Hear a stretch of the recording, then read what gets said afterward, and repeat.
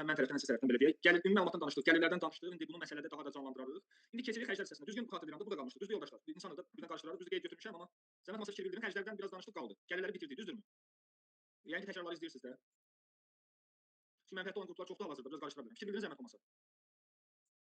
Sonuncu dəfə ümumi gəlir komplektasiya danışdıq. Dedik bizə hansı sətirlər lazım olacaq. İndi keçirik xərclərə, düzdürmü? 219 axırda keçdik deyirsən. Ha, əla. 219. Bəli, 219 bəli, gəlir axır sətir. Hə, əla.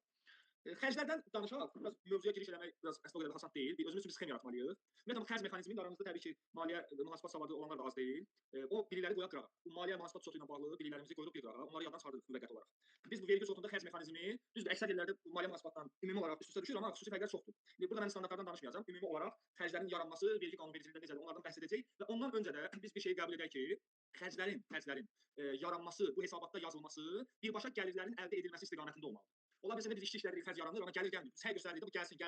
Yəni bu gəlirin gəlməsi ilə bağlı olmalıdır və dəyərli yoldaşlar, bu xərclərin ümumi sxemi bizim üçün bir neçə yerə bölünür. Və hesabatın hansı hissəsində nə yazılacaq, onlardan biraz danışaq. Həmişə vurğuladığım kimi bir daha təkrarlayıram ki, əsas sxemi qanunvericilikdə bölgüsünü yaratmaqdır. Bu istər bu xərclərlə bağlı olsun, digər məsələlərlə bağlı olsun, bizim hesabatlarda boşluqlar var. Mən məsəl üçün inşallah bugün çatdıra bilsək sizə yemək xərclərinin bütün fəlsəfəsindən danışacağam. Hansı ki 2024-dən qüvvəyə minib. Biz də dostlarla, tanışlarla, mütəxəssislərlə, özüm məndən daha savadlı olan şəxslərlə də məsləhətləşirəm də bu danışılır, bu yenilik olur, bu informasiyalar olur. Son dəfə məsəl üçün 2 gün qabaq Anar müəllimlə görüşmüşdük, Anar müəllim bayramında bəzi müzakirələr aparmışıq. Onun da fikirlərini bölüşəcəm sizin üçün ki, onlar biz hələ ki onların getdiyi yol gedə bilmirik. Onlar bir 20-30 il təcrübəyə sahibdirlər. Ümumi olaraq öyrətdiklərimizi tam formada istifadə edə bilərsiniz. Yəni o məlumatları da sizinlə bölüşəcəm. Deməli dəyərli yoldaşlar, bu xərclərin ümumi bölgüsü xərc öz yerində. Ümumi şirkət olaraq söhbət şirkətin rəsmi sənədlərdə təsdiqlənən xərclərdən söhbət gedir. Təbii ki, bu sənədsiz xərc qanunsuz əməliyyatdır. Bu çorlu müxalifət edirik, nə bilim gizlədirik falan. Onun bura heç aidiyyatı yoxdur. Xərclərin adını belə yaradıq. Gəlirdən çıxılan xərclər. Gəlirdən çıxılan bu nə deməkdir? Birinci növbədə biz burada gəlirləri yazdıq. Gəlirdən çıxılan xərclərin başlığı budur. Yəni gəlirdən çıxa bilərik. Vergiləri hesablamaq üçün gəlirləri 2 milyon yazmışam, bu yazdıqlarım avtomatik gəlirdən çıxır. Yəni bu bölmə, biraz uzaqdan danışıram üzr istəyirəm amma bu bölmə sırf çıxılma verir. Sırf çıxılma verir. Yəni bura yazılan ədədlər gəlirdən çıxan xərclərdir. Amma bununla da bitmir bura. Gəlirdən çıxılan xərclər. Yəni 108-ci maddə və 119-cu maddənin datası yığılır bura. 119 məhdudlaşmada amma o da burada yer alacaq. 108-ci maddəni danışaq. Gəlirdən çıxan xərclər, üstəgəl məhdudlaşdırılan xərclər. Bu məhdudlaşdırma tamam başqadır. Məhdudlaşdırılan, bu da bu bölmədə olacaq. Yəni ikisi də gəlirdən çıxılır. Bölmə olaraq birbaşa gəlirdən çıxan xərclər və məhdudlaşdırılan xərclər. Yəni məhdudlaşdırılan xərcin bir kateqoriyası olaraq bir hissəsi. Yəni məhdudlaşdırılır. Bu bizə yemək pulu 8 manat hesablanırsa işçiyə 5 manatın. Alışdırsa 5 manat ƏDV daxil içindən 4 manat isə qəpik xərc yazmalıdır. Sonra onlar məhdudlaşma mexanizmləri var. Bir neçə qərarla tənzimlənir. Bir də var burada deməli bölüşdürülməsi mümkün olmayan xərclər. Bu da gəlirdən çıxılır, tələsmə. Bölüşdürülməsi mümkün olmayan. Burada xüsusi çəki olacaq. Bu üçünü yazdım. Bu xərclər gəlirdən çıxılacaq. Bunların hamısı sətri var. Üçü də bu datadadır, bu hissədədir. Üçü də məhdudlaşdırılan xərclər artıq gəlir. Burada öz yerini tapır.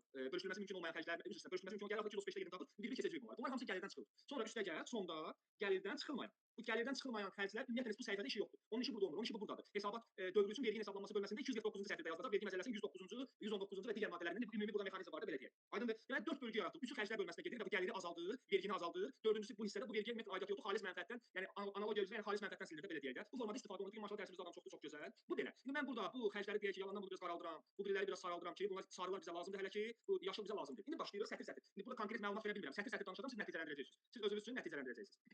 Deməli başlayırıq sətirlərdən. Qalxıram yuxarı hissəyə. Bu hələ sətirlərə tələsməyə bir 2 dəqiqə üzr istəyirəm. Gəlir vergi məcəlləsində bunların maddələrini də deyim sizə. 4 bölgünün maddəsi var. Açırıq vergi məcəlləsini.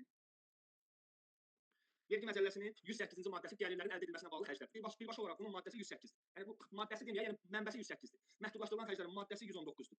Bölüşdürülməsi mümkün olmayan bunun da maddəsini burada 108-in daxilində gedir. 108.2-dir. 108-in daxilində gedir. Yəni ümumi olaraq 108.2-dir. Gəlirdən çıxmayan xərclər də 109-cu maddədir. 109-cu maddə. Bu formada bunu yadda saxla. İndi keçə bilərik sətirlərə. Deməli burada sətirlər başlayır 221.1-dən. 221.1 əmək haqqı və ona bərabər tutulan ödəmələrdir. Əmək haqqı və ona bərabər tutulan ödəmələr işçiliklə bağlı xərclərdir. Sırf olaraq əmək müqaviləsi ilə bağlı, əmək müqaviləsinə bağlı məsələlər tənzimləyir. Əmək müqaviləsinə bağlı. Yəni burada xidməti müqavilə ilə işçiliyi aldın, filan oldu, filan faturası, filan subfaturası, onlara qətiyyən qatmır. Əmək müqaviləsi ilə bağlı olan xərcləri əhatə edəcək. Bu özü aşağıda 2 alt bölmədən ibarətdir. Əcnəbi işçilər, yerli işçilər. Siz əmək haqqı hesablaya bilirsiniz. Mən burada bir sadə nümunə verəcəm əmək haqqı ilə bağlı ki, bunun datasını tam qavraya bilək. Şərti olaraq deyək ki, bizim Həsən adlı əməkdaşımız var. Həsən adlı əməkdaşın maaşı, Həsən müəllimin maaşı biraz bilmirəm az oldu, çox oldu yazdı. 3000 manat, 3000 manat. Şərti olaraq bir ayın hesablanmışıdır bu. Biz əmək müqaviləsində hesablanmış əmək haqqı olmur. Əmək müqaviləsində olur vəzifə maaşı, daha sonra iş saatına görə, iş gününə görə hesablanmış əmək haqqı, ondan sonra net çıxardıb kartını ödəyirik, kartda ödənilən vəsait. İndi biz bu hesablanmış əmək haqqından işçi və işə götürəndən tutulmalara həyata keçiririk. İndi mən sizi yormayacağam. İşçidən tutulmalar, indi bu məsələyə münasibətlə nə qədər edir? 3, 6, 286 manat bu eləyir. Normal qaydada bu vahid bəyannamədə keçəcək. Bu tutulmalar 4 kateqoriyası yaranır. Azadolma ayrıdır, güzəşt ayrıdır, imtiyaz ayrıdır, subsidiya ayrıdır, tutulma ayrıdır. Burada olası texnologiya farkı olsa, heç bu cür hesablanmasın sosial fərqli hesablansın. Bunlardan danışaq. İndi və Qarabağda tam hesablanacaq, sonra subsidiya şəklində pulu geri alacaq. İndi onları danışarıq ayrıca. Biz bari tibbi sığorta 60 manat, işçilikdən sığortada 15 manat, hələ ki deyək ki, gəlir vergisi yoxdur, özəl sektordur. Biz ümumi olaraq bu pulları toplayırdıq 301, 361 manat səhv eləmirəmsə eləyir, texniki səhvlərə yol verə bilərəm. 3000 manatdan 361 manatı çıxırdıq, 2639 manat, yəni 2639 manat işçinin kartına, Həsənin kartını ödəyəcək. Bu belə. İndi bir də burada əsas məsələ burada işə götürəndən tutulmalardır. İşçidən tutulmalar deyil mənfəətli əsas məsələ. Bunu da bir hesablayaq. Deməli 44, 280, 420, 464 manat. Bu eləməlidir. Bunlar dəyişməyəcək 60 manat və 15 manat. Burada səhv yazmışam. 15 manat. Hə. Deməli dəyərli yoldaşlar, məntiqi mahiyyət nədir? Dərs yavaş-yavaş gülaşacaq da maraq olacaq. İşin fəlsəfəsinə baxanda, mən Həsən adlı şəxslə əmək müqaviləsi bağlamışam. Bu adam mənim üçün işləyir. Mühasib işləyir, maliyyəçi işləyir, menecer işləyir, mütəxəssis işləyir, bir vəzifə tutub. Bu Həsən adlı yoldaş 3000 manat pul qazanıb. Saat hesabı, gün hesabı 3000 manat bu hesablanmış əmək haqqısı var. Bu Həsənin haqqıdır. Bu Həsənin haqqıdır. Bu pul verilməlidir Həsənə 3000 manat. Sonra baxırıq görürük ki, dövlət burada məcburi tutulma qoyub Həsən üçün, işçidən tutulma. 3 saat bunu çıxırıq qalan pulu verir Həsənə, düzdür? Ona görə Həsənin dövlətə verdiyi pulun bizə aidiyyatı yox. Biz sadəcə agent qismində Həsənə kömək eləmişik, tutulmaları vermişik dövlətə ki, Həsən gələcəkdə təqaüd alsın, sığorta alsın, məşğulluqdan müavinət alsın və sair. Ona görə də bizim xərcimiz, əmək haqqı xərci 3000 manat. 3000 manatı yazılır hesabata. İşçidən tutulmanı etmədən. İndi eyni şeydir də işçidən tutulma plus karta götürən pul 3000 manat edir. Siz 3000 manatları götürüb yazacaqsınız bura, 3000 manatları. İşin fəlsəfəsi başa düşək ki, əmək haqqı olaraq şirkət tərəfindən yaranmış xərc 3000 manatdır. Həsən hər bunu güzəşti var, Həsən misal üçün güzəştləri ola bilər, filan ola bilər. 3000 manatı biz hesablamışıq. 3000 yazacaq bura. İndi 12 ayın əmək haqqı cədvəlində hesablanmış əmək haqqları, əlavələri, mükafatları, artıq saatlarını yığacaqsınız bura dəyərli yoldaşlar. Yığacaqsınız bura, bu sətrə yığacaqsınız. Aşağıdakı sosial sığorta haqlarına isə işə götürəndən tutulmaları. Yəni şirkət olaraq bizim işçilik xərcimiz var və sosial xərclərimiz var. İşə hesablanmış əmək haqqı xərci kimi qəbul olunur. İşə götürəndən tutulmalar sosial xərc kimi. Yəni işə götürəndən çıxır da bu pul. Mən öz şirkətimin hesabatını verirəm. Mən işə götürənəm, mən öz hesabatımı verəcəm, öz xərcimi yazacağam. Həsənin xərcinin mənə aidiyyatı yoxdur. 3000 mənim xərcim idi. Həsən kimə verir özü bilər. Aydındır, yəni ümumi belə yanaşsa. Deməli burada sosial sığorta haqlarında bu 4-də 3 dənə pulun cəmini yazılır. 539 manat edir deyəsən. Bu işə götürəndən tutulmaları yazacaqsınız aşağı. Bu belə. Qısa danışmaq olardı, biraz maraqlı olsun da belə daha yaxşı. Deməli dəyərli yoldaşlar, üzr istəyirəm. Sətirləri belə yazacaqdır. Yerli işçilər üzrə hissəsində hesablanmış əmək haqqları, gəlirlərin cəmi, aşağıda sosial sığorta haqlarında isə işə götürəndən tutulmaların cəmi. Bu formada yadda qalsın. Burada xarici işçilər də var, işçilərimiz xarici də ola bilər, yerli də. Xaricilərin hesablanmışları yuxarı, yerlilərin hesablanmışları aşağı. Ümumi sosiallar da bura. Yəni xarici Azərbaycanlı hesablanmışları yazırsınız bura, ümumi tutulmaları işə götürəndən bura yazırsınız. Bu məsələ belə. İndi gəlir işin daha çətin tərəfinə. Xam mal və material və malın dəyəri bölməsi var. Bura biraz ağırdır. Bu məsələ necə tənzimlənir? Bununla bağlı xam mal və material, malın dəyəri sətirlərindən necə istifadə edilir? Buna sizinlə bir nümunə verək. Nümunə verək. Deyək ki, şərti olaraq deyək ki, Rauf MMC bir şirkətdir. Rauf MMC nə iş görür? Rauf MMC deyək ki, boru satır. Boru. Bu belə iri qabaritli borular, nə bilim 400-lük, 500-lük su kanalizasiya, kabel borular. Boru satır bu il. Borunu hardan gətirir? Alır satır, boru satışı. Bir dənə də fəaliyyəti var, boru montajı. Boru montajı deyilən işlər var. Məsələn, montaj, demontaj, quraşdırmada belə deyək. Boru satmır, məsəl üçün gedir, işi götürür, xidmət kimi götürür. Borunu həm satır, həm montaj, xidmət kimi gedir də, filan xəttin çəkilişi xidməti. Burada satdı, malı verdiyi sağ ol. Malı verdiyi Rauf, malın da Rauf aidiyyatı yox. Burada isə iş götürür ki, filan xəttləri çəksin, mal material Raufdan gedir, axırda iş xidmət qayməsi yazır. Buradakı mal qayməsi olacaq, buradakı iş xidmət qayməsi olacaq. İndi boru satışı üzrə Rauf bu il 1 milyon manatlıq plus ədəbi elektron qaymə yazıb. Bu 1 milyonun mayası 800 min manatdır. Yəni Rauf 800 min manatlıq turbanı borunu 1 milyon manata qayma ilə satır.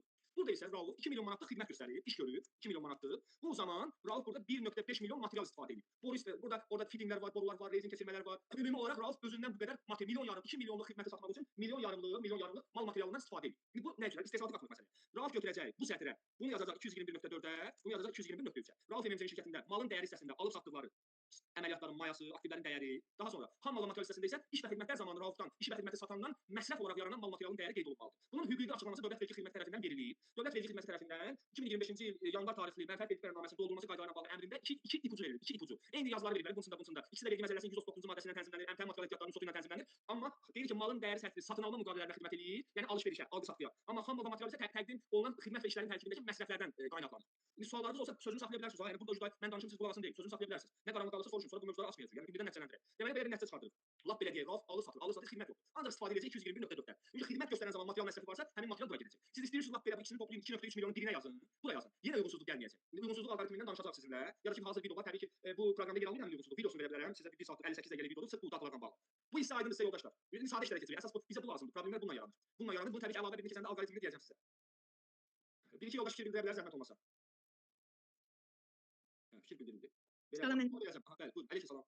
Mənim siz burada dediniz ƏDV daxil, yəni ümumiyyətlə yazılanda ancaq maya dəyər yazılır da xərcə, yəni mənfəətdə ancaq ƏDV-siz məbləğ yazılır. Yox, ona elə toxunmamışam. Ona da toxunacağam, toxunum da. Maya dəyəri dediniz. Maya dəyəri bəli yazılır. Maya dəyəri hər kəs üçün fərqli formada formalaşa bilər. ƏDV ödəyicisi üçün ayrı, ƏDV ödəyicisi üçün ayrı. Düzdür? Onu da istəyirsiniz, onu da gəlin xırdalayaq. Onu hələ qatmayaq. Siz ümumi belə başa qarşılaşacaq. Çünki ƏDV-nin əvəzləşməsi var, ədəbinin əvəzləşməməsi var, ədəbinin mayada iştirak etməsi var. O 3-4 yerə bölünür. Satış hissəsində gəlirləri ki keçmiş sizinlə. Ora ədəbsizdir. Bu ədəbsizdir. Gəlirlər hissəsinə keçirəm. Diqqətlə baxın yuxarıda bizə hansı siqnal verir. ƏDV nəzərə alma. Amma burada elə bir yazı yoxdur. Niyə? Çünki səbəbləri var. Burada ədəbi sözünü verərdə verməyib. Başa ayrıca danışacağam. Onu tələsməyə qarşılaşacaq belə. Siz gərək çox yox, mən qarışdırdım. Maya dəyəri dediniz. Mən elə bildim, yəni əsas məbləğ dediniz. Ona görə mənə biraz qarışıq gəldi. Hələ ki, yox. Bu malın maya dəyəri məsələlərindən danışarıq. Maya dəyərinin formalaşması tamam. Biz hesab edək ki, siz malın maya dəyərini nədir bilirsiniz düşünən. Mən üstünə izah edirəm. Hələ ki belə düşünün. Hələ ki belə düşünün. Bölməni qarşılaşacaq bir. Hə, yaxşı. Aydındır, çox maraqlıdır. Yaxşı. Bunları incələyəcəyik. Çünki misal üçün biz sizinlə əlavə dəyər vergi bəyannaməsinin 2 nömrəli əlavəsini keçdik. Kənd təsərrüfatı məhsulları və vergi məcəlləsinin 175.12, 175.13, 153.2, 153.3-dən danışdıq ki, orada əvəzləşmə statusu demək olar ki, olmur. Misal üçün Həsən pomidoru yetişdirir. Diqqətlə qulaq asın. Həsən pomidoru yetişdirir. Zirədə istixanada. Həsən yetişdirən istehsalatçıdır. Həsən onu satır mənə ədəbiyyatdan azadla. Gəldi 1000 manatlıq pomidor 1 manatdan gəldi misal üçün 1 ton. Mən onu satıram Zeynəb Emintiyə. Zeynəb Emintiyə artıq mən üzərində ticarət əlaqəsində ədəbiyyat hesablamalıyam. Həsənin aldığı 1000 manatlıq pomidorun, yəni burada yazarıq. Bunlar önəmli faktorlar. Mövzu açıldısa bizə qala bilmir. 1000 manatlıq pomidor alış qiyməti. Mən Həsəndən aldım. Məndə maya 1000 manatdır. Üstünə 500 manat qoyuram, satıram Zeynəbə 500 manat ədəbiyyatını da gəlməli yapır. Düzdür? 1500, 1590 manatlıq malı satıram Zeynəb Emintiyə. Mənim üçün fərqi yoxdur. Zeynəb mənə 1590 manat verəcək, 90 manat ədəbiyyatını dövlətə verəcəm, 1500 də gəlir salar. Amma Zeynəb nə edəcək Zeynəb xanım? Zeynəb xanım malı mayasını 1590 kimi işləyəcək sistemə. Niyə? Çünki Zeynəbə vergi məcəlləsi icazə vermir. 175.12-ci maddə ki, deyir sırf bu söhbət kənd təsərrüfatından gedirsə, ədəbiyyatını əvəzləşdirə bilməzsən. Əvəzləşdirə bilməzsənsə maya dəyərinə gedəcək. Artıq Zeynəb məndən aldığı pomidoru satarkən bunun kilosunu 1 manat 59 qəpikdən çox alacaq. Düzdür? 1.59-dan 1 tondur da bu. Zeynəb artıq pomidoru satanda malın dəyərinə 1.59-dan siləcək. Artıq burada ədəbi iştirak elədi. Yəni burada nüanslar var, hələ tələsməyək. Biz ümumi malın maya dəyərini bilirik məntiqi ilə gedək və hal-hazırda hər şeyi ədəbisiz görürük. Hər şeyi ədəbisiz görürük. Onsuz 3-4 ədəbi sətri var burada. Ədəbisiz görə. Ədəbi haqq hesabı ayrıca gedəcək bizdə burada. Bu belə. Hə, indi gəlirik. Sosial sığortaları, xam mal, material, malın dəyərindən danışdıq. Keçirik. Bu bir də işıqlanacaq əlavə bir də asoba ayrıca bir yarım saat işıqlanacaq. İcarə haqqına gəldik. Biz gəlirlər hissəsində 203-cü sətri keçdik. 203-cü sətr bizim icarəyə verməyimiz idi, gəlir yaradırdı. Burada isə biz icarəyə götürmüşük. İcarəyə götürmüşüz, nə götürmüşüz fərq eləmir. Daşınan əmlak, daşınmaz əmlak. Daşınan əmlak, daşınmaz əmlak. Bir eşəm. Məsəl üçün bir obyekt götürmüşəm icarəyə, aylıq icarəsi 5000 manat plus ƏDV-dir. ƏDV-sini əvəzləşdirmək, ümumi yadda saxlayaq ki, ƏDV əvəzləşirsə xərclərdə yer alır. ƏDV əvəzləşmirsə aktivin dəyərini artırır. Bunu yadda saxlayaq. Onu ayrıca danışarıq. 9 növ verginin ümumi bölgüsü var. 9 növ verginin 7-si malın mayasında iştirak eləmə halı var. Mənfəət və gəlir vergisindən başqa qalan bütün vergilər yoldur, aksizdir, ƏDV-dir, əmlakdır, torpaqdır, mədəndir, sadələşmiş də bəzi nöqtələrdə hətta orada nüanslar var da, başqa nüanslar var. Bunun 7-si ümumi olaraq aktivin dəyərini artırır, ondan danışmayaq. Ümumi icarəyə götürmüşəm, icarəni yazıram burada. İcarənin sənədlərini də ayrıca deyəcəm sizə. İcarə 5000 manat, 12 ay 60 min. Kimdən götürmüşəm? Hüquqi şəxsdən. Yazıram hüquqi şəxsin qarşısında. Kimdən götürmüşəm? Fiziki şəxsdən. Bu hüquqi fiziki şəxs həm böyüyünə olan fiziki şəxsdir, həm böyüyünə olmayan fiziki şəxsdir. Və daxil bura ÖMV daxil yazılır. ÖMV daxil. ÖMV falan özümüzə nəsə yaratmayaq. Yəni 5000 manat Həsən mənə icarəyə verir. Mən icarəyə götürərəm, mən xərc tərəfiyəm. İcarə haqqında qanuna əsasən icarə müqaviləsi bağlanır. 5000-in 14% 700 manat. Mən Həsənə 4000 ödəyirəm. 700 manatı dövlətə verirəm. Amma 5000 yaz. 5000 mənim xərcimdir. 700 Həsənin vergisidir. Mən agent qismində çıxış edirəm orada. Bu dataları yadda saxlayaq. Bu da oldu icarə. Daşınan daşınmaz hamısını yığırsınız bura. Aydın yoldaşlar. Nəticə çıxardıq. Deyirsən sən bilirsən danışırsan, biz də qulaq asırıq, başa düşmürük. Mən də o sonra çəkərəm çəkərəm də. Ümumi olaraq normal mühasibat əməliyyatları da, gündəlik aylıq əməliyyatlar, icarə müqaviləsi bağlayırsınız. Ola bilsin 8 günlük nəyisə icarəyə götürdünüz, ola bilsin 8 aylıq. Yəni icarə müqaviləsinin təxir təslim haqları ki var, alınmış xidmət sizin xərcinizdir. Onu da rəsmiləşdirmə qaydası vergi ödəyicisindən olsa qaynası gələcək. İnsandan götürmüsünüzsə elə müqavilə kifayətdir. Və bu gedir ÖMV bəyannaməsinə bağlanır. ÖMV bəyannaməsinə bağlanır. Amma burada hansı səhvlər olur? Gəlin bunu biraz incələyək. Gəlin işin daha peşəkarcasına müdaxilə edelim. Mən sizə bir sual verim. Gəlin biraz münasibətimizi sual-cavaba çevirək də. ÖMV-ni bilirsiniz də, düzdür? Plus qoyun ya da səsli reaksiya verin. ÖMV hesabatı tərtib edə bilirsiniz də yoldaşlar, düzdür? Şimdi biraz aktiv olaq, çox xahiş edirəm. Bu da ədəbi deyil, bu mənfəətdir. Burada artıq sizin köməyiniz lazımdır mənə. Bəli. Demək olar hamı bilir, ÖMV hesabatını hamı bilir. İndi biz ÖMV-nin gəlin buna bağlayaq, burada səhv çıxardaq ÖMV-ni. Qanunu burada iki formada işlədəcəyik də. Yəni ÖMV deyirlər, elə deyil. Hər şey burada ÖMV ilə bağlanmır. ÖMV hesabatında nə yazmısan, götür buraya yaz, elə şey yoxdur. Bu boş söhbətdir. Vergi uyğunsuzluq verir, cavab verməlisən. O demək ÖMV-dəki rəqəmləri kopyalamalısan bura. Deməli biz vergi məsələsinin 3-cü ayımızda sizinlə 150-ci maddəsini keçəcəyik. Bu 150-ci maddə gözünə ayın qatı verin. Bu 150-ci maddə dəyərli yoldaşlar. Ödəmə mənbəyində vergi ilə bağlı ana maddədir. Vergi məsələsində 123 var, 122 var, 124 var, 125 var, 128 var, 125 var, ÖMV maddələri deyil. Onu qatılır. O maddədir. Oxuyursan faiz dərəcəsini öyrənirsən. Əsas ana maddə 150-dir. 150-ci maddənin mühasibə 50-ci kimi bilməlidir. 17-18 hal var. ÖMV-ni kimlər tutmalıdır? 18 kateqoriyaya bölünür əməliyyat növünə görə. Və biz bu 18 dənə halı seçəcəyik sizinlə. Ən aşağıda 150 deməli 150 maddəni tapıyorum. Maddələr də həmişə yadda qalmır, üzr istəyirəm. Burada 150.5, 150.5.1 var. Biz ÖMV-də bilirik ki, pulu ödəyəndə vergi tutmalıyıq. Misal üçün dəstək hazırda 14-15 nəfər var. Hamıdan soruşum. Misal üçün bir yoldaş deyəcək ki, hə müəllim, mən elə o vaxt müəllim danışıb mən qulaq asmışam ki, ÖMV pulu ödəyəndə tutulmalıdır. Müəllim o bir yoldaş deyəcək ki, mənim müəllimim açıb 150-ci maddəni göstərmiş. Maddə yazır ki, pulu ödəyəndə. Bu maddə yazır bunu, düzdür? Pulu icarəyə götürmüşük Həsən Evincidən. Həsən Evinciyə 12 ayda geri götürmüşəm icarəyə. İşin pulunu yazır, pulu yazır. 12 ayda Həsəndən geri götürmüşəm icarəyə. Aylıq arendası 5000 manatdır. 12 aya Həsən mənə 5000 qayməsini vurub. 60 min lap belə qaymə vurmayıb. Həsənin də böyüyünü var, nə bir şey. Vətəndaşlı icarəyə götürmüşəm. Bu Həsənin pulunu ödəməmişəmsə bu ÖMV hesabatına yazılmayıb. 150 ilə. Amma mənim xərcimdir. Pulu verməmişəm, mən verəm Həsən. Vergi aidatı yoxdur. Yəni mənfəət bəyannaməsində ÖMV ilə qətiyyən var. ÖMV-nin yazılışı icarəyə verilənə pulun ödənilməsinə bağlıdır, mənfəətli bir şey yox. Hesablama metodunda xərc sənədi nədir, icarə müqaviləsi. Daha sonra da hər ay üçün ən azı təxir təslim haqqı, vergi ödəyicisidirsə icarəyə verən qayməsini yazmalıdır. İndi burada deməli mən ÖMV-ni yaddan çıxardıram. ÖMV-də nə yazmışam, onu qoyuram qabağa. İcarə müqavilələrinin aylıq hesablanması burada xərcə yazılır. Bunu yadda saxlayaq. Elə götürərsiniz birdən hansısa hesabatı İranda ÖMV-dən kopyalayarsınız, uyğunsuzluq gəlməməsi onu edirlər. Çox bax. Amma bura siz 50 min yazın, 60 min yazıram. Baxın Həsən fiziki şəxsə 60 min yazdım bura. 60 ÖMV sıfırdır. 4 dənə boş vermişəm, pul ödəmədiyim üçün. Uyğunsuzluq gələcək ki, siz 60 min yayımını edirsiniz. Sənədlərlə təsdiqlən mən xərcim var filan bəhmən o biri siz açıqlama verirsiniz ki, bu Həsənlə müqavilə, bu hər ayın təxir təslim haqqı və sair və ilaxır pul verməmişəm da. Nə sənəd istəyirsən verim sənə. Heç yerdən Həsənə pul getmir. Bunu xərc kimi qəbul edəcək. Bunu yadda saxlayaq. Sualınız varsa verə bilərsiniz. İndi ümumi olaraq mən burada formal dərs keçim. Hə, Azadə xanım, sən ÖMV-dəki rəqəmi götürüb atarsan, bu elə şey yoxdur. Belə hesabat hazırlanmır da. Ümumi olaraq bizim üçün də vaxt keçən onlar danışıblar elə, o düz deyil də, qanun qayda belə. Xərcin sənədi olmalıdır. Ümumi olaraq mən gəlirəm vergi məcəlləsinin 108.1-ci maddəsinə. Burada deyir ki, gəlirdən çıxılmayan xərclərdən başqa 108-ci maddə bu sahədir. Bu zona 108-ci maddədir. Deyir ki, deməli gəlirdən çıxılan xərclər rəsmiləşdirilməlidir. Rəsmiləşdirilmə odur ki, sənəd olmalıdır. Sənəd elektron formada ola bilər, kağız daşıyıcıda ola bilər. Bu sənəd elektron sənəd haqqında bizim bu dövlətimizin sənədi var axı, bu dövlət qurumunda çalışanlar daha yaxşı bilər. Elektron imza və elektron sənəd adı yadından çıxdı. Ona bağlı qanunvericiliyimiz var da. O iki formada da qəbul olunur və vergi xidməti həmin qanunlar adlanır da. Sənəd elektron sənədlər, izbatçı haqqında qanun, yəni qanunları bilirsiniz, xeyrinizə istifadə edirik. Qanunlar rəsmiləşdirilməyən sənədlər gəlirdən çıxır. İcarəni belə yadda saxlayaq. Yaxşımı? İcarəni belə yadda saxlayaq. Misal üçün ola bilər ki, bir dənə nümunə çəkirəm. Mənim avadanlığım var, insanım da, bir nəsə avadanlıqlı miras kimi qalıb mənə. Verirəm bunu icarəyə, kimə verirəm bunu? Tamela xanıma icarə verirəm. Tamela xanımın şirkətinə. Tamela xanım bunu məndən icarəyə götürüb ayda 1000 manata. Tamela xanım məndən şərt kəsib. Deyir ki, bu su var mən sizə verəcəm. Biz bu göyərtini pomidoru əkmişik. Bir ildən sonra sən pulu verirəm. O qalıb baxında şirkətin misal üçün. Bir Tamela xanım problem yoxdur. 12 aydan sonra müqaviləyə də qol çəkirik. Deyərsiniz ki, bəlkə Tamela xanım gecənə pulu vermədi, çıxdı getdi. Elə şey yoxdur axı. Müqavilə var. Hər ayda təxil dəstə vaxtında qol çəkilir. Təxil dəstəsinin icarə xidmətini aldım 12 dəfə. 60 min, 50 min xanımın mənə borcu yaranır. İlin sonu verəcək. 25-də işlətdə adamlığı 26-nın ilk birinci ayında mənim pulumu ödəyəcək. Artıq Tamela xanım o pulu 26-da ömür bəyannaməsində salacaq. Amma Tamela xanım 25-in mənfəətini o xərc kimi göstərəcək. Bu belə. 25-in gəlirlərinin əldə edilməsinə bağlı xərc oldu. 26-nın yox. Bunu da yadda saxlayaq. Və çox qalıram, biraz narahat oluram ki, çox danışıram, sizi yoruram. Öz utanıram arada belə çox danışmağa. Mesela başınıza gəlməndə deyin, mən tənqidə qarşı deyiləm. Mən tənqidə açıram. Kim tənqid mədəni formada hamı tənqidini bildirə bilər. Yəni nəsə sizi yorulsa belə uzun saat danışmaq. Bu belə. İndi siz Mən sual vermək olar bir dənə. əlbəttə nə qədər sualınız varsa edə bilərsiniz mövzuna bağlı. Misal üçün biz icarə ilə bağlı vətəndaşdan götürmüşük. Misal 5000 plus 14% ömür. Elə deməyin də siz. Misal üçün 5500 misal üçün. Bəli. Aha, bəli. Yəni biz xərcdə 5500-dən hesablayacağıq. Bəli. Sizin ifadə etdiyiniz fikir tam olaraq dolğun və doğru deyil. Yəni 5000 plus 14% götürmüşəm, mən başa düşürəm. Misal üçün 62 ay inşaat bazarında bütün müqavilələri elə yazdım, misal üçün belə deyək, onu oxşar yazdım, misal üçün da. Ümumi icarə müqaviləsini yazıb sonrasında verir. Bəli, razılaşdınız siz, sizin icarə pulunuz 5000 deyil. 5000 böl 86 bu 100, indi 5600, 5700 pul edir də. Müqavilə dəyəri 5700-dür. Onu yazırsınız xərcə. Ömürdə bəlkə elə bir qayda çıxdı ki, indi kirayəyə görə 10% düşür ömürün faizi. Faiz düşdü aşağı düşmədi, onun sizə mənə aidiyyatı yoxdur icarəyə götürəndə. Aha, başa düşdüm. Siz sağ olun. Bəli. Hə, çox gözəl. Xoş olur, Allah'a emanet olun. Yaxşıdır davam edir. Toma xanım sizə 60 min icarə pulu vermişdi. Yaxşı olardı. Həsən mənim pullar getdi. Deməli davam edirik dəyərli yoldaşlar. Burada icarə ilə bağlı 3 sətr var. Hüquqi şəxslər üzrə, fiziki şəxslər üzrə, qeyri-rezident üzrə. Hüquqi şəxsdən icarəyə götürmüsünüzsə, bura yazırsınız. Fiziki şəxsdən böyüyün olan, böyüyün olmayan fərqi yoxdur. Bura təmin edirsiniz. İstəyirsiniz bir ildə 50 nəfərdən obyekt götürün. 50-sini də bölüşdürün, hansına düşür, yazırsınızsa getsin. Qeyri-rezident misal üçün Gürcülər, Gürcüstanlılar, Rusların Azərbaycanda əmlakı çoxdur. Gəlib Azərbaycanda yaşayır, Rus vətəndaşıdır, burada obyekti var, icarə verir. Bunda qeyri-rezidentlər üzrə icarə haqqını yazacaqsınız. Ömürdə də eyni şeydir bu. Bu belə. Sonra gəlirik, çox da belə xoşlamadığım ezamiyə məsələlərinə. Ezamiyyədən sonra məsələlər daha maraqlı nöqtəyə gələcək. Ezamiyə xərcləri. Ümumi yenə təkrar edirəm. Deməli biz sizinlə əmək haqqı, sosial xərclərdən danışdıq. Xam mal və malın dəyərindən danışdıq. İcarə haqqından danışdıq. Elə bir şey danışmamışıq. Bax nə qədər vaxt 1 saat vaxt gedir 40 dəqiqə. Gəlirik indi ezamiyə xərclərindən danışmağa. Ümumi olaraq diqqətinizə onu çatdırım ki, sənədləri də vurğulayım, qeydlərinizi götürərsiniz zəhmət olmasa. Əmək haqqı xərcinin sənədi birinci növbədə əmək münasibətlərinin qurulması məsələsidir ki, əmək müqaviləsi bağlanmışsa, bağlanmamışsa, o öz yerində sağlam olmalıdır. Ondan sonraki hissədə əmək haqqı cədvəlinin özü imzalanmış, möhürlənmiş formada və davamiyyət cədvəli. Bunlar əmək haqqının xərcini təsdiq edən sənəd. Bu bir, bu sənədləri yadda saxlayın. Sosial sığortada ilə əmək haqqı eyni paralel gedir. Xam mal material və malın dəyəri ilə bağlı xərc sənədləri, alış sənədləri, alış haqqı, qaymə iqtisadi yönlü bəyannaməsi. Yəni rəsmi sənədləşdirilsə kifayətdir. İcarə haqqı da əsas sənəd icarə müqaviləsidir. Yanında da təxil təslimatları, qaymə hamı vurmur, qaymədəki qaymə ötür. Qaymə olmasa belə fərqli məbləğ qəbul edirlər. Amma qayməsi olsun dəqiq hüquq şəxsi. Sonra gəlirik ezamiyyəyə. Ezamiyyə məsələsi 2 sənədlə tənzimlənir. 2-3 sənədlə vergi məsələsi və vergi məsələsindən də əlavə 14 nömrəli Nazirlər Kabinetinin ezamiyə xərclərinin normalları ilə bağlı qərarı var. Bu sadəcə və sadəcə normaları göstərir. Həsən Bakıdan gəlsən Naxçıvana nə qədər pul olacaq? Elşən Naxçıvandan gəlsən Masallıya nə qədər pul olacaq? Bu normalardır. Ana maddəsi budur. İndi tələsməyin. Bir də var burada 18 nömrəli 018 olmalıdır. Tələsməyin 018. Bu da belə yazaq. Ezamiyyə Maliyyə Nazirliyi. Hə, budur. Deməli, tarixlə qarşıladım. 01 nömrəli Maliyyə Nazirliyinin kollegiya qərarı. Əsas ana sənəd budur. Sənəd budur yoldaşlar. Bu da öz yerində. Deməli 14 nömrəli qərardan ümumi məbləğləri görəcəyik. Bu qərardan isə xırdalıqlarını görəcəyik. Deyir ki, ümumiyyətlə ezamiyyə məsələsi işçilərin əmək müqaviləsi ilə çalışan işçilərin iş məqsədləri üçün digər zonalara, ərazilərə göndərilməsidir. Və burada biz təyinat nöqtəsi ilə tənzimləyirik məsələləri. Təyinat burada maraqlı məsələ toxunacaq.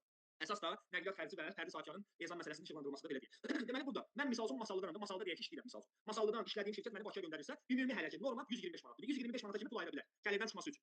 Gəlirdən çıxması üçün 125 manata qədər pul ayıra bilər. Və yaxud məni göndərir Naxçıvana 100 manat. İndi bir yoldaş qayıdıb deyir ki, Naxçıvanın samolyot bileti 100 manatdır. Necə olur? O iş başqa məsələ. Samolyot pulu aidiyyatı yoxdur. Onun ayrıca danışaq. Gəncə Sumqayıta 95 manat, digər ərazilər 90 manat. Misal üçün Həsəni Bakıdan göndərmişik Masallıya. Gedib orada nəsə yoxlamışıq. İşlə bağlı hansı şirkətlə görüşər. Və 90 manat Həsənə hesablanacaq. Bu qalsın belə. Bu ölkə daxil olmaz. Kesin bu sənədə. Əsas sənəd budur. Əsas sənədə keçməmişdən qabaq biz burada hansı incəlikləri toxunacaq? Ezamiyyənin 2 sənədi var. Əsas 2 sənədi var. Bir ezamiyyə vəsiqəsi, vəsiqə vərəqə. Eyni ikisi də deyirlər elə. Vəsiqəsi əslində vəsiqəsidir, vərəqə deyil. Ezamiyyə vəsiqəsi və əmr. Rəhbərliyin ezamiyyə ilə bağlı əmri. Əgər xarici ezamiyyədirsə dəvətnamə. Xarici şirkətin dəvət sənədi. Yəni qəbul edilir. Bəlkə Həsən gedir İtaliyada istirahata yanına yazıb ki, ezam gedirəm. Bir xarici şirkətin dəvət sənədi də gəlsin, ezamiyyə vəsiqəsində qol hesab eləsin ondan sonra. Yəni ümumi praktik yanaşma belədir. Dolayısıyla məsəl aşağı yuxarı başqa datalar istəyirlər vergi və yaxud deyək ki, dəvətnamanı istəməyəcək, amma biz veririk. Mən bunu gözləyirəm yəni. Bunu həmişə sahibkarlara deyirəm. Çünki məsəl üçün 3 ay 5 ay qabaq sahibkarın biri gedirdi Misirə. Misirə bu gəzməyə gedirdi. Bu burada tam örtüyü satır. Misirdə tam örtüyü gətirə deyil, düzdür? Misirdə tam örtüyü gətirəcək, tam samanla bağlı eləmişdi.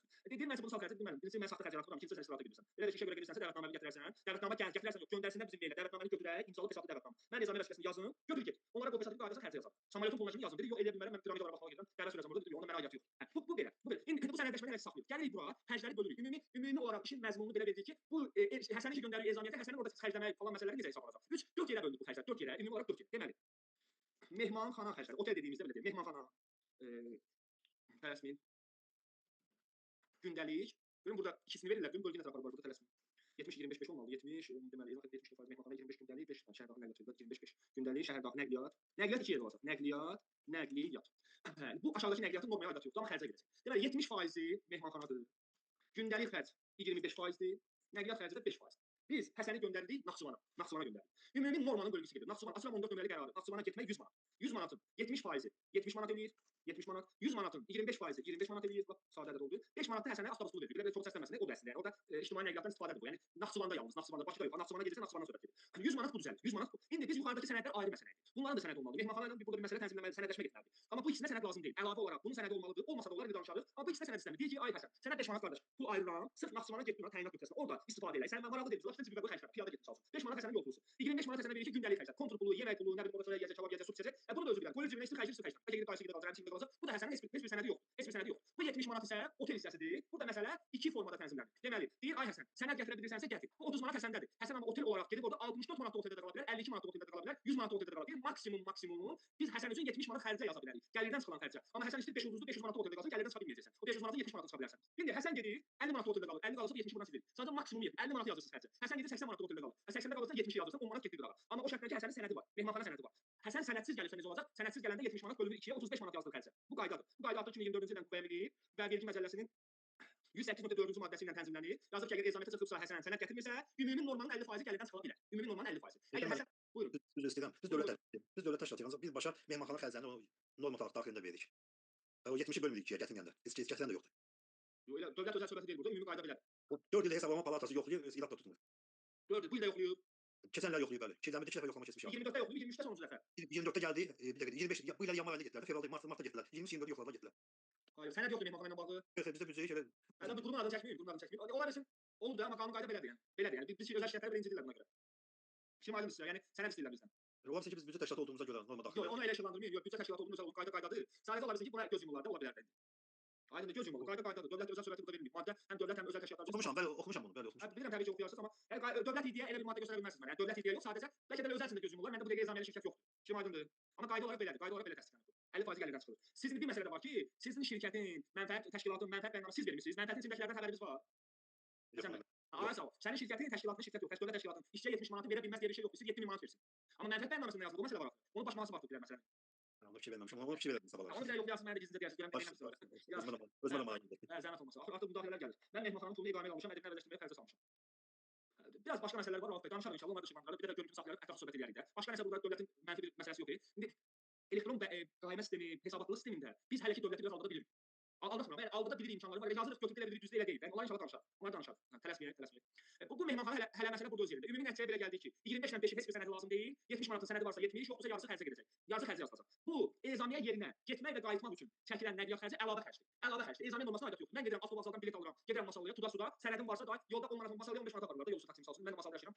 Arada tələsik asılıb gedirik. 15 manat edirəm, maşının birini 100 manata sifariş verirsən, gəlib aparırlar. O da belə tanış taksilərlə gedib gəliriksə, o sənəd olmur. Bu gəl fərqlənmə nişan olsun, qayməsi olsun, qaymə yazsın bizə. Xərci ümumi belə. Ya da 189-dan korporativ giriş almaq lazımdır ki, mütəmadi deyək ki, çox istifadə edilir. Hə, anti korporativ giriş qaymə yazacaq, onu hər bir formada qəbul eləyəcək dövlət xidmət. Aydındır. Gediş-gəliş nöqtəsindəki xərc ayrıca xərcdir. Ayrıca xərclər yazarsınız. Bu xərc isə şəhər daxili nəqliyyatdır, taksi istisna olmaqla.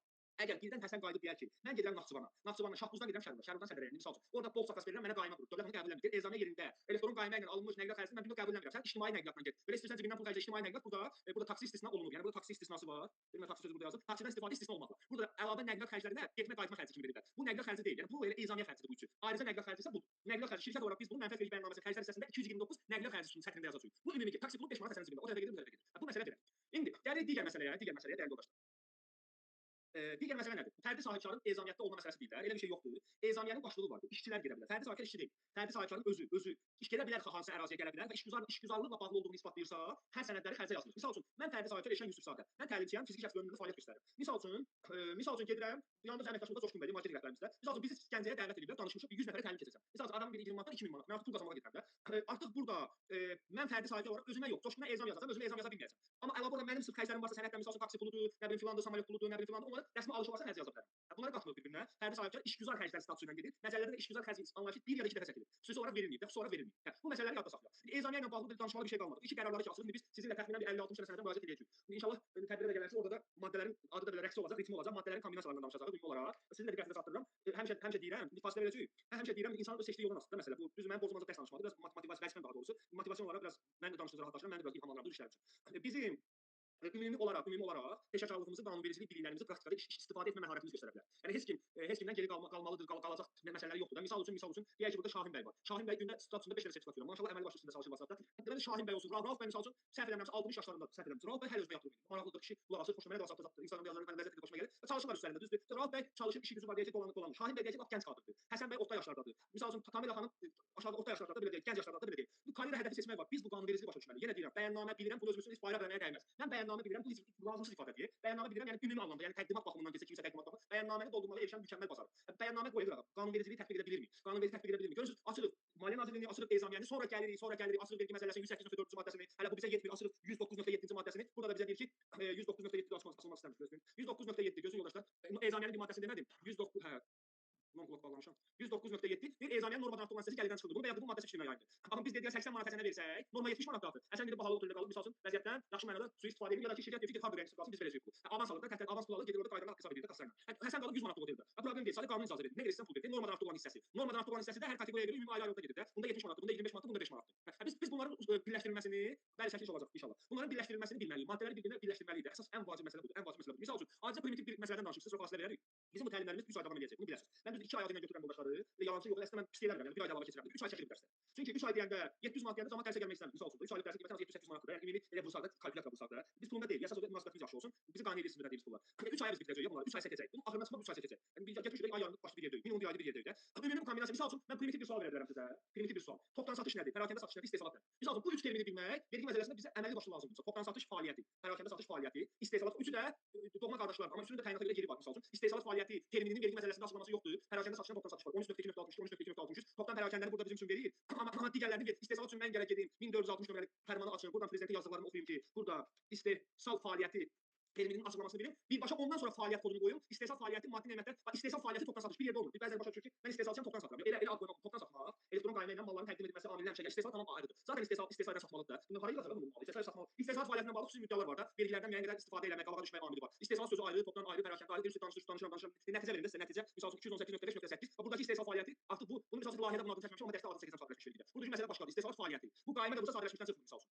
Aydın burada artıq vergi orqanı əməkdaşlığına izah etmək lazımdır. İstehsal fəaliyyətindən məşğulam. İşçi sayını 10 nəfərə keçməyib. Qaymə ilə satıram, yaxşı edirəm, 2%-dən vergimi verirəm. Aydın işləyir. Burada bəzi bu tip məsələ, amma bunu indi vergi əməkdaşlığının biri başa düşən ikisi, bunu indi biz balaca bir masa arxasında müzakirəsi getmir də bu mövzusunda. Belə lap təcrübə adamlardan gedir. Topdan satış fəaliyyəti, hamısı fəaliyyətdir. Yəni hamısı topdan satış fəaliyyəti deyil, sadələşmiş ola bilməz. İstehsal fəaliyyəti demək ki, qaymə qura bilməzsiniz. Qaymə sözü bu işlədir. Yəni bu işin bu qədər dərinlikləri var, bu qədər incəlikləri var. Qanunvericiliyi ilə bağlı özümüzü oxuyaq belə. Dayanmayaq. Yoldaşlar, icazə verirsinizsə 5 dəqiqə fasilə verək. İcazə verirsinizsə fasilə verək 5 dəqiqə. Biraz çox danışdım. Sonra qayıdırıq mənfəət bəyannaməsinə. Bundan sonra rahat, sətirləri rahat gedəcək, çox rahat. Verək. Yaxşı yoldaşlar. 8:30-da ekran qarşısında olacaq olmasa.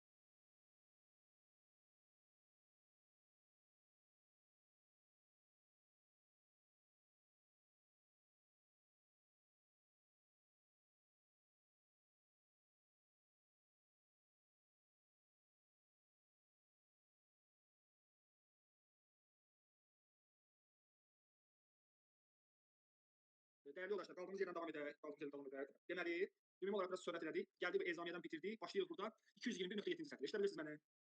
Cənab Hasan fikir bildirin. Hə, çox gözəl. Deməli, dəyərli yoldaşlar, burada enerji xərcləri, qaz xərcləri, yanacaq xərcləri, su kanalizasiya xərcləri, rabitə xərcləri, mühafizə xərcləri, reklam xərcləri. Bunlar hamısı olacaq elektron qaymada. Bunu sizə çox qalmayacaq. Bunu necə tənzimlənir?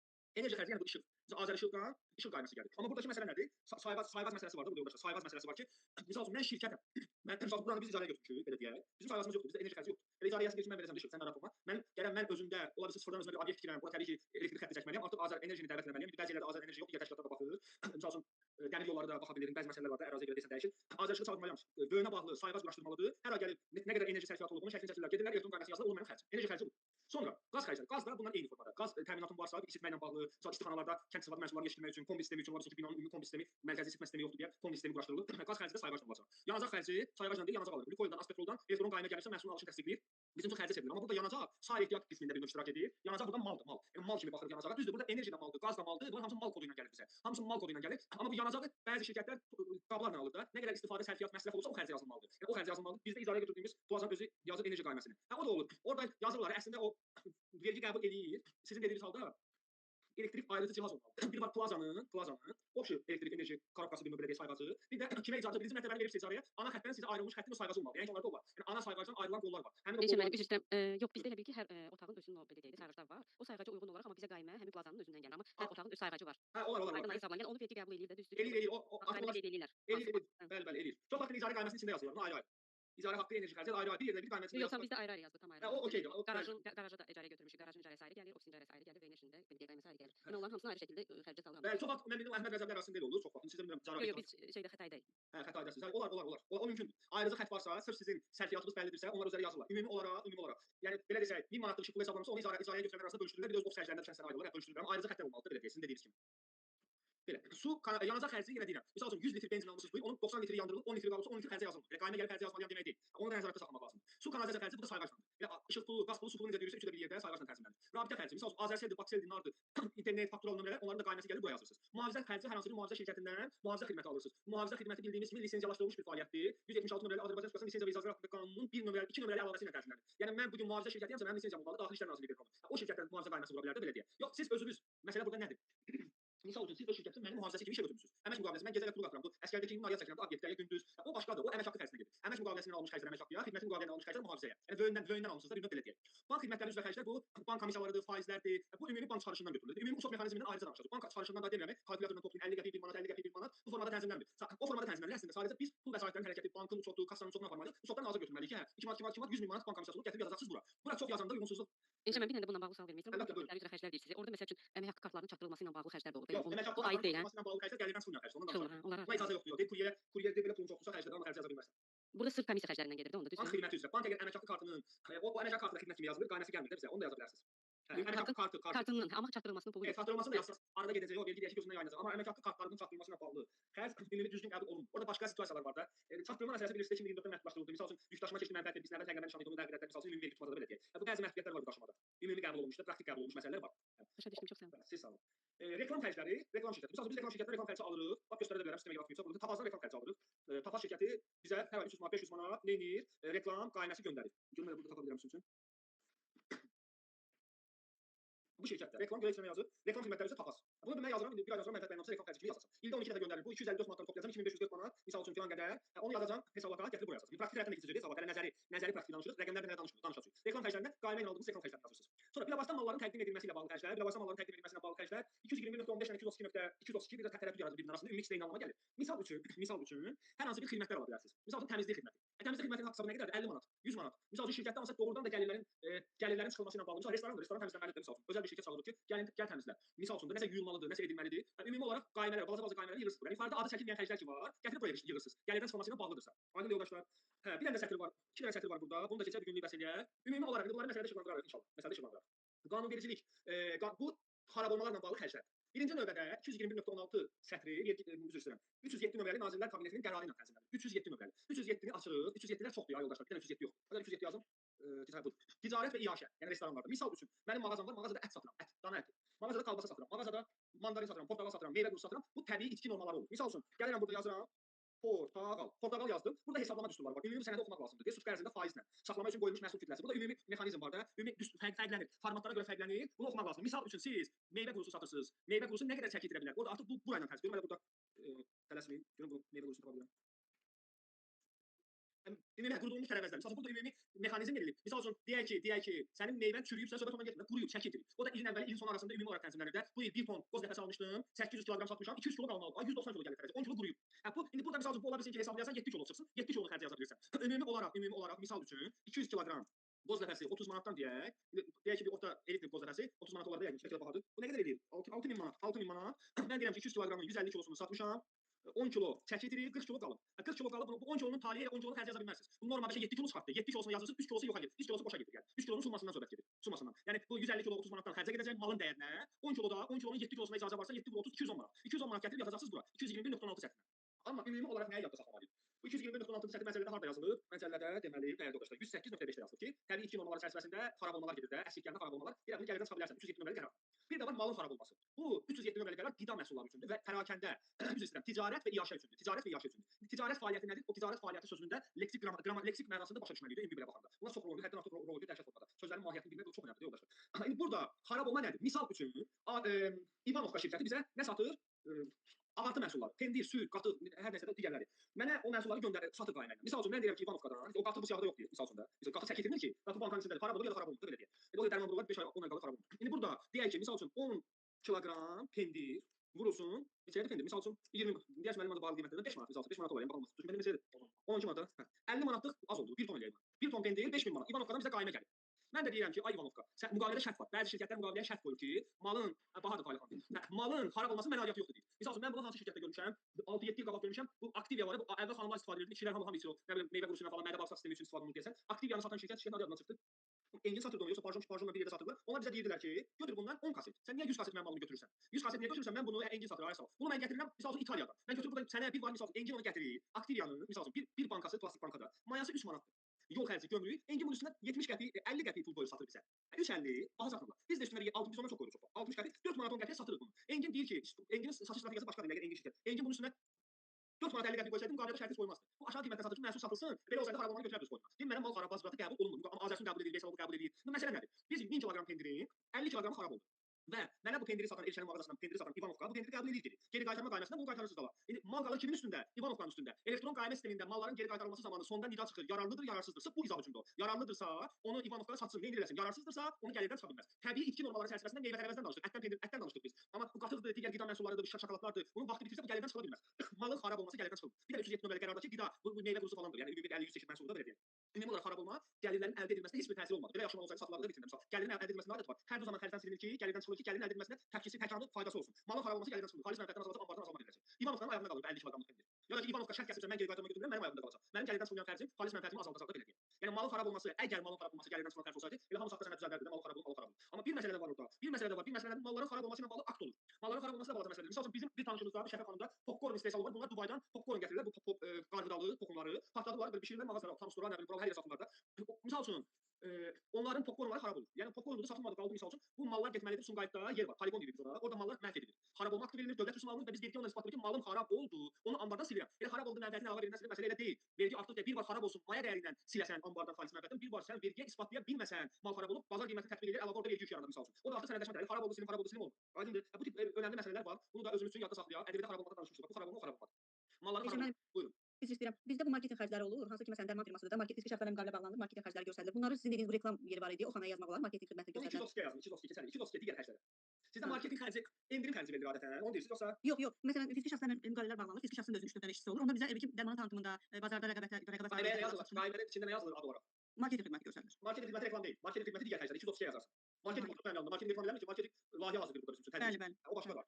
Deyir misal üçün biletini də satar. Misal üçün səhnədə filan məhsul filan yerdə olsun, nə bir konqresdən danışır, müqavilə bağlı filan edir, filan görüşlər. Onun reklam fəaliyyəti yoxdur. Yəni apteklərə gedirlər, həkimlərin qəbuluna gedirlər, dərmanlar. O satışı təşkil edir. Marketinq məhsul satış artırmalıdır, satışı qurur. Satış sistemini qurur. Yox, digər xərclər. Marketinq xərci bölməsi yazılmır burada. Digər xərclər var 232 baxın aşağıda. Bura rahatlıqla yaza bilərsiniz. Bu başlığa verin getsin. Digər xərclər bura yaza bilərsiniz qaymələr. Aydındır. Təşəkkür. Sağ olun. Dəyərli yoldaşlar, deməli biz uzun danışırıq, danışıram daha doğrusu. Gəlirik burada. Bir dənə sətr var, onu da danışaq. Bu günü yekunlaşdırarıq. İşin ən vaxt bugünkü dərsin yadda qalan sətri bu olsun. 221.17 məhdudlaşdırılan xərclərin sətridir bu. Biz az öncə dedik məhdudlaşdırılan xərc 119.2. Deməli bu sətr 2024-cü ildən burdadır. Yox idi 2024-dən, daha doğrusu 2025-dən əlavə edilən 2024-ün bəyannamələri üçün. 2023 asas bu sətr çıxmayacaq hesabatda. Dəqiqləşmə məsələsi 2023 sətr yoxdur. Aşağıda bir sətr yoxdur. Deməli söhbət gedir yemək xərclərindən. Bu təkcə yemək xərci deyil. Birinci seçim 119.2-ci maddəni az göstər yoldaşlara. Mən də 119.2-ci maddəni açıram, üzr istəyirəm. 119.2. Yoxlamadım. 119.2-ci maddəni açıram. 119-un haqq hesabı böyüdür. Biz hələ ki birinci hissəsindən danışacağıq. Gəlirdən çıxılan məbləğlərin məhdudlaşdırılması. Gəlirdən çıxılan məbləğlərin məhdudlaşdırılması böyüdür bunu. Bu nədir? Bu maddə birincisi 2 yerə bölünür, 2 yerə. Biz sizinlə 119.2-dən danışırıq. 119.1-in haqq hesabı tamam başqa olacaq. 119.1 nədir?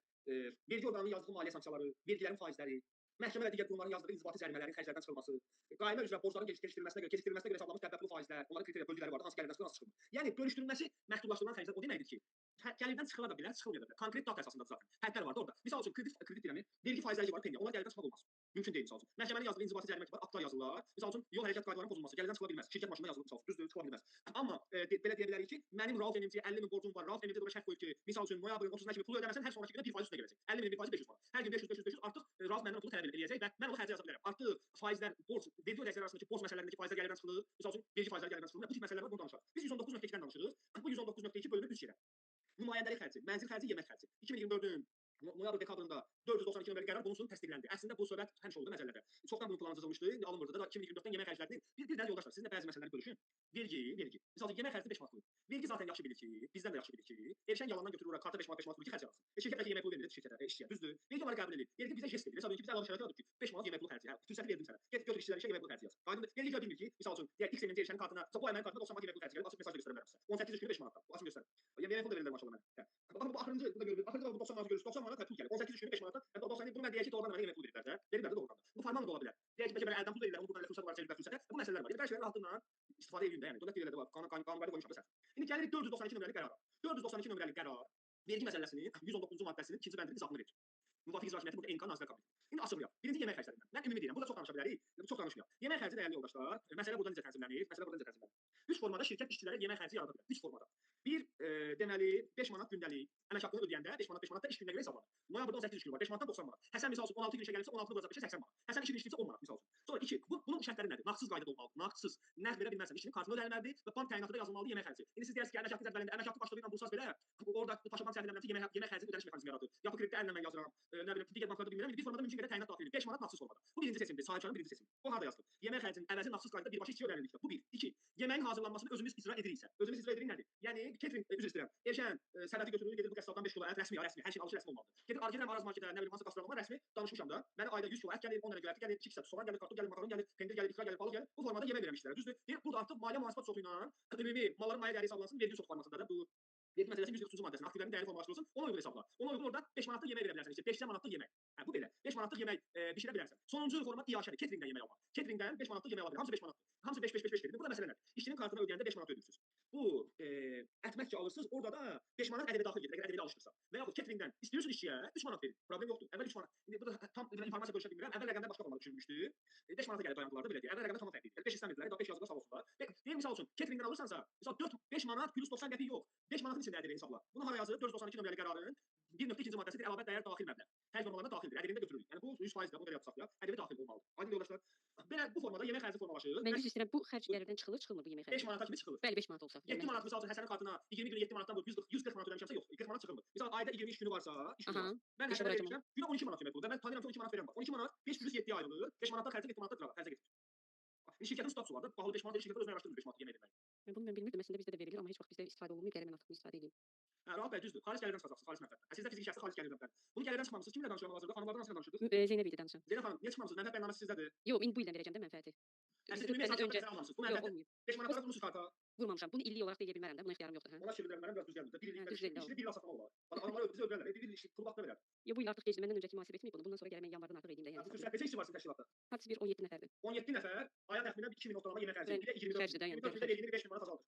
Mən olsaydım sahibkar, siz mühasib aramızda danışardınız. Yəni 5 manatdan əmək xərclərində göstərilir. Vahid bəyannamə danışacağım olar. Yox, əməkdaşlıq sənədlərində ayrıca bir davamiyyət cədvəlinə əsasən yeməyin ödənmə cədvəli hazırlansa məqsəd uyğundur belə deyək, sənədləşdirmə. Bu 5 manatdan heç bir tutmalar olmadı belə çıxdı. Onca xərc O tutulma söhbəti vahid bəyannamə olacaq. O uzun söhbətdir. Tutulma 5 manatın özündən olmur. 5 manatdan istəsiz deyim də, yeri gəlir. deyin. Deyəcəm, tələsməyin, tələbdən fikrim tamamlayım. Bu hesaba təsvir edən yoldaşlar var. Burada misal üçün bizdə 20 iş günü var. Ümumi deyək ki, ayla yanaşır məsələyə. Ümumi ildə 300 iş günü var. 300 iş günü bütün işçilər gəlir işə. Ümumi toplayanda, ümumi 10 min iş günü işçilər gəlir. 5 manatdan 50 min yemək xərci edir.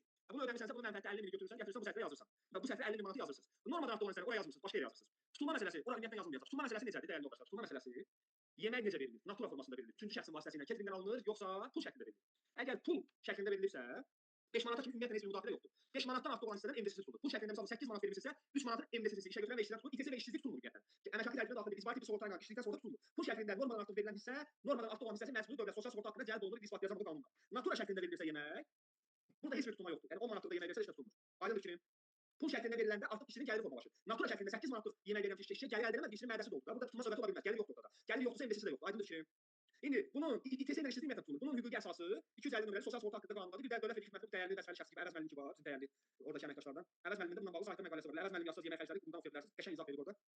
Demək tələsməyin. Buradan da sizə göstərim. Bu 250 nömrəli qanun nədir? MDS haqları ilə bağlı qanunvericilik aktıdır Azərbaycanda. 250 nömrəli qanunun 15-ci maddəsi var. Məcburi dövlət sosial sığorta haqqında cəlb olunmayan gəlirlər bölməsi var. Bax bu. Bu aşağıdakılar cəlb olunur. Burada yemək məsələsi var. Ümumiyyətlə yadda saxlayırıq. Mənzildir, yeməkdir. Bunlar sosial xarakterli xərclər gedir. Düzdür, sosial xərclər ifadəsi qanunvericilikdə o qədər öz əksini tapmayıb, amma dövlət vergi xidməti onu o formada qəbul edir.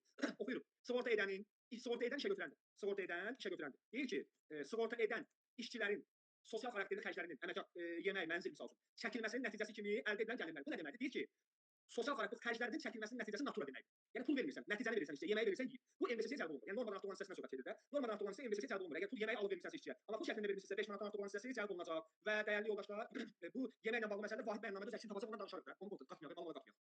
Ümumi belə yazaq. Əgər siz Zeynəb xanım 8 manat verirsinizsə, pul şəklində karta vurursunuzsa, 3 manatın tutulması getməsə hesablama gələcək ilin sonunda. Sırf yemək xərcləri bank xərclərini yoxlayırlar, bilərsiniz. Vergi yoxlayır, bankdan məlumatları alır demək olar ki.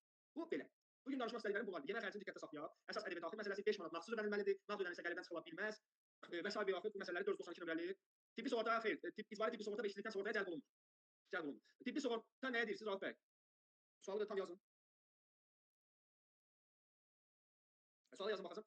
Ümumi olaraq dəyərli fikrini burada saxlayaq. Necə bəhs edək? 17-yə kimi gəldi. Biz bugün bir maddə keçdik. Diqqətinizə çatdırım. 1 sətr, 221-in 17 alt bəndini keçdik. Cəmi bir sətr keçdik. İndi gələn dərsdə sürətlənəcək 222 kredit faizləri və sair bunlar rahat olacaq. Sığortanı Rauf bəy danışarıq. Sığorta çıxır gəlirlərdən. Danışarıq. Oraya qalıb hissə. Sığorta xərclərinin sətri ayrıdır. 230.2-yə yazılır, keçəcək. 230.1 sığorta şirkətləri üçündür, 230.2 isə sığorta alan şirkətlər üçündür. Onları danışarıq. Hələ qalıb onlar. İcazə verirsinizsə bugünkü dərsi tamamlayaq. Əgər suallarınız varsa ünvanlaya bilərsiniz. Yoxdursa bitirək.